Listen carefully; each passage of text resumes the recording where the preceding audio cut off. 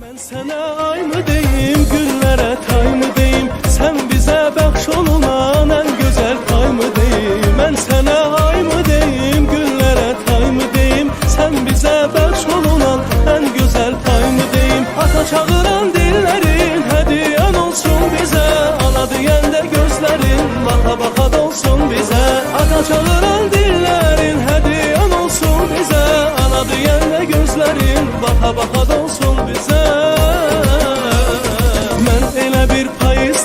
Geleceğim olsun, bakışı yüreğime vursun, bakışın akış salıp qəlbimə dolsun. Olsun olsun ay mən istedim bir oğlum olsun, bir oğlum olsun. Mən elə bir pay istedim geleceğim olsun, bakışı yüreğime vursun, bakışın akış salıp qəlbimə dolsun. Olsun olsun ay mən istedim bir oğlum olsun, bir oğlum olsun.